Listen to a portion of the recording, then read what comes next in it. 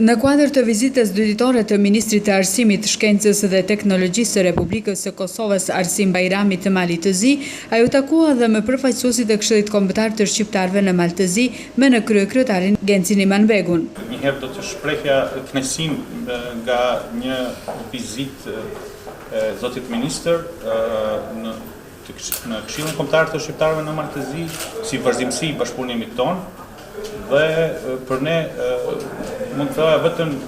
nga një takimi shumë intenziv në diskutimin e çështjeve të arsimit dhe bashkëpunimit të Ministrisë institucion arsimor që merret me këtë çështje dhe ne si Këshill Kombëtar të cilët kemi shumë pjesë të cilët i mbulojmë një ndër takimet më frutbënëse dhe thoya një lajm shumë i mirë për prindërit shqiptar në Maltëzi dhe për vetë studentët, sepse nga ana e ministrit janë iniciuar shumë nisma, shumë problematika të cilat ne as nuk kemi patur mendim të diskutojmë, por vetë ministria si duket i ka shikuar në anë të përgjithshme dhe besoj që bashkëpunimi të jetë frutëdhënës dhe të jap rezultate të mira në të ardhmen. Ministri Bajrami gjatë bisedës theksoi lehtësimin të cilin tani e ka kjo ministri për të vepruar në Maltëzi, pasi që ka një ecuri të mirë me institucionin e Këshillit Kombëtar të Shqiptarëve, me të cilin janë dakorduar që t'i paraqesin kërkesat të shqiptarëve në Maltëzi. Për këtë vit, ministri Bajrami ka premtuar se do t'u jepet ndihmë studentëve nga Mali i Zi, duke theksuar se nuk do të mbesin asnjë student i paregjistruar. Risi për këtë vit është mundësia e regjistrimit për master dhe doktoratur, ku Këshilli Kombëtar ka për obligim që të dorëzoj kandidatët e mundshëm deri me datën 15 gusht, kurse afati i dytë i regjistrimit të studentëve në vitin e parë do të jetë i hapur për studentët nga Mali i Zi deri në plotësimin e kvotave. Ministria e Arsimit e Republikës së Kosovës këtë vit për herë të parë ka parashikuar mjetet për ndarjen e 100 bursave, prej të cilave 10 janë të parapara për studentët që nuk janë nga Kosova. Ministria e Arsimit dhe Qeveria e Kosovës do të japin gjithë ndihmën e nevojshme për mësimin shqip në Maltëzi, sikur që po e bëjnë edhe për luginën e Preshevës, për të ruajtur dhe për të ngritur traditën e mësimit shqip. Njoftova kryetarin e Këshillit Kombëtar të Shqiptarëve në Maltëzi që ne jemi të gatshëm që të mos lëmë asnjë student nga Maltëzi pa regjistrim në universitete dhe njoftova se si vjet do të kemi pranim edhe në studimet master, Fakulteti i Edukimit do të fillojë 6 programe për master dhe ju bëra ftesë arsimtarët, po sidomos drejtorët të shkollave fillore dhe të mesme të vinë në programet master. Ne do të mundsojmë qasje në mënyrë që vërtet do të kemi mësimdhënës të përgatitur, por edhe drejtorat mirë të shkollës që të ngrisim cilësinë. Gjithashtu u dakorduam për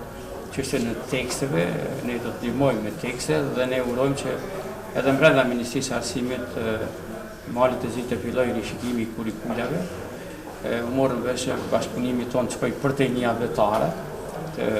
ruajmë standardet e shkollës shqipe që ka një traditë këtu dhe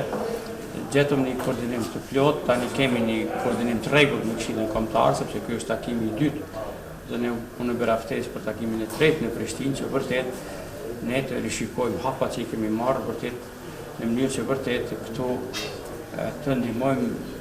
me gjitha mundësitë që kemi si shtet për të ngritur standardet e mësimit. Kryetari Imanbegu në kuadër të bisedës vuri theks të veçantë në shkollat e Plavës, Gucis, Rozhajes dhe Krajes, ku numri i nxënësve është në ramje, duke vlerësuar se u duhet të ndihmë shtesë, sidomos në mjetet didaktike. Kanë as procese politike sa janë procese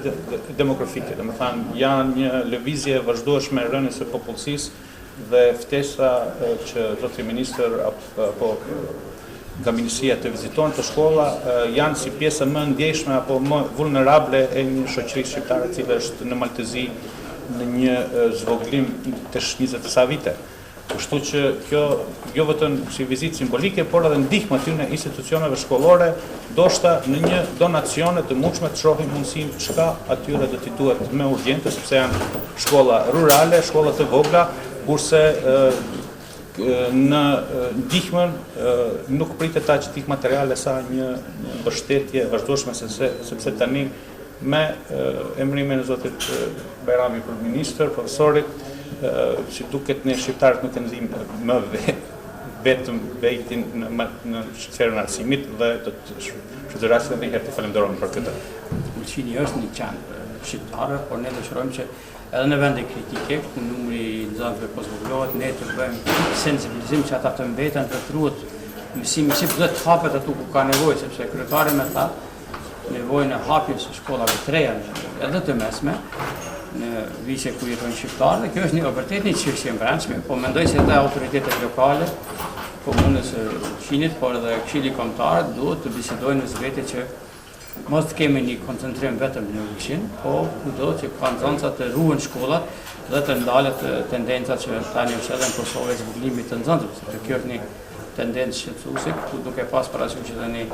tendencë që ka me emigrim ne duhet punojmë në sensibilizimin e ruajtjes nxënësve të ndaljes së trendit të zhvillimit të tyre. Ministri Bajrami premtoi se para shtatorit Kosova do të nisë një kontingjent me ndihmë për nxënësit shqiptar në Maltëzi, ku do të përfshihen edhe abetarja, lektyrat shkollore, tekste të ndryshme, mjete didaktike dhe mjete të tjera, të cilat KKSH do të ketë obligim të shpërndajnë në mënyrën e duhur. Ky ishte takimi i dytë i Ministrisë së Arsimit dhe Këshillit Kombëtar të Shqiptarëve lidhur me ecurinë dhe ndihmën e procesit arsimor të shqiptarëve në Maltëzi. Takimin e radhës këto institucione e kanë paralajmëruar në tetor para fillimit të vitit akademik për studentët.